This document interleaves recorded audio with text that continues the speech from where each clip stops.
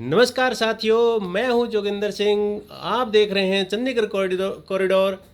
और ये चैनल मैंने काफ़ी दिन पहले बना लिया था, लेकिन एक झिझक के कारण मैं इसको आरंभ नहीं कर पा रहा था। तो मैं आज से इसको आरंभ कर रहा हूं और निवेदन है, आप थोड़ा सा धैर्य के साथ सुन पाएंगे और मुझे स्वीकार करने की कोशिश करेंगे। तो हो सकता है कुछ बातचीत में गलती भी हो जाए, कुछ शब्दों का सही चयन ना हो पाए, तो उसके लिए मैं आप लोगों से पहले ही क्षमा के साथ इस आज के एपिसोड को आरंभ करता हूँ।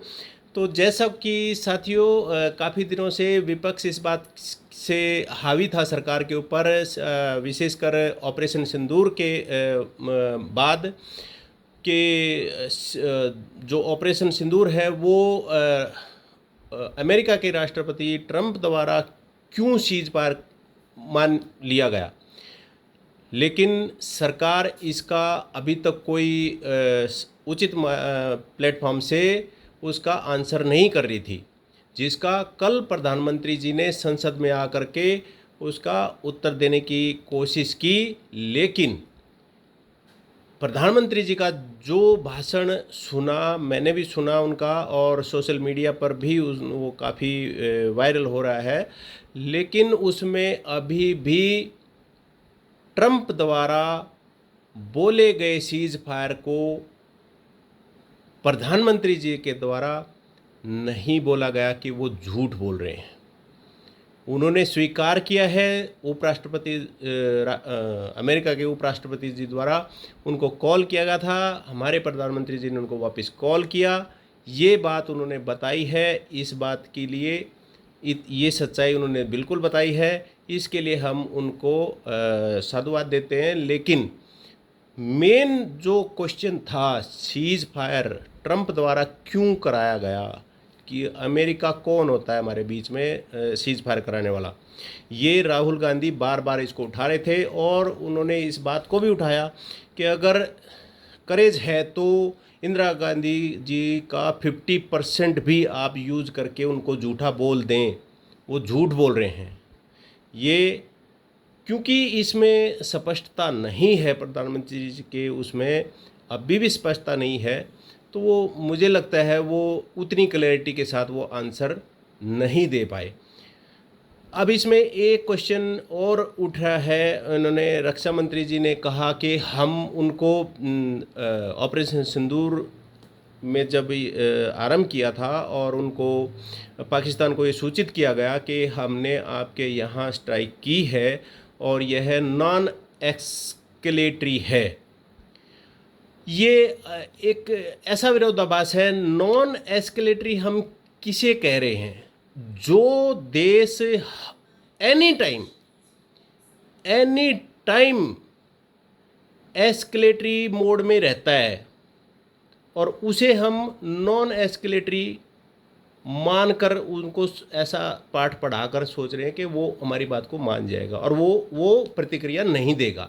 उन्होंने दिया भी, लेकिन हमारी सेनाएं पूरी तरह सजग थी, तैयार थी, और उन्होंने उसका पाकिस्तान का मुंह तोड़ जवाब दिया, मुंह तोड़ उत्तर दिया। इसमें कोई किंतु परंतु नहीं है। हम अपनी देश की सेनाओं पर पूरा भरोसा करते आए हैं, करते हैं और करते रहेंगे।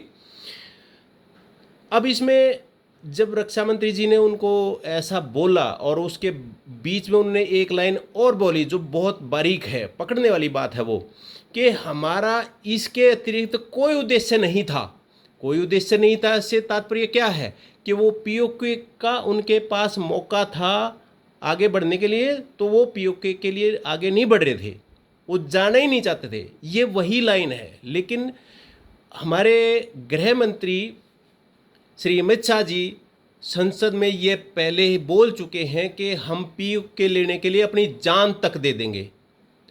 तो अब ये समझने वाली बात है, हम पीओके क्या वास्तव में वापस लेना चाहते हैं, या हमारी ये एक बीजेपी की लोगों से वोट लेने के लिए भ्रमित करने वाली एक चाल है। क्योंकि रक्षा मंत्री जी कुछ और बोल रहे हैं और गृह मंत्री जी कुछ और बोल रहे हैं।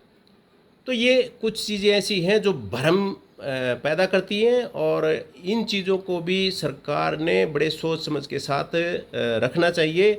ऐसा ना हो जनता में एक भ्रम की स्थिति बने, क्योंकि हिंदुस्तान का बच्चा बच्चा ये जानता है पीओके हमारा है, और रक्षा मंत्री जी के बयान से उसमें थोड़ा सा संदेह उत्पन्न हो रहा है।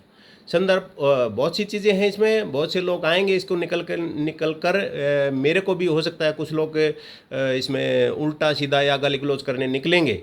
तो ऐसा नहीं है साथियों, आप कोई भी बात बगैर गाली गलौज के भी रख सकते हैं और तर्क के साथ रख सकते हैं, क्योंकि मैंने दोनों संदर्भ संसद के ही दिए हैं। आप वहाँ जा कर के ये चीज़ें देख सकते हैं, मैं अपनी तरफ से नहीं कह रहा हूँ इन चीज़ों को। अब इसमें प्रधानमंत्री जी का मैं इस वीडियो को मैं ज़्यादा लंबा नहीं बनाऊंगा, क्योंकि मेरा ये वीडियो बिल्कुल पहला है एक तरह से राजनीतिक दृष्टिकोण से। अब अगर कांग्रेस और बीजेपी की राजनीति की अगर मैं बात करूं, तो इन दोनों का एक एक तुरुप का इक्का ये अपने हाथ में लेके बैठे हैं। कांग्रेस इंदिरा गांधी को अपना तुरुप का इक्का मानती है, जिन्होंने पाकिस्तान के 2 टुकड़े किए, और दूसरी तरफ बीजेपी प्रधानमंत्री नरेंद्र मोदी जी को अपना तुरुप का इक्का मानती है, जबकि कांग्रेस इनको ऑपरेशन सिंदूर के बाद इस इक्के को रसातल में पहुंचाने के लिए पुरजोर कोशिश कर रही है।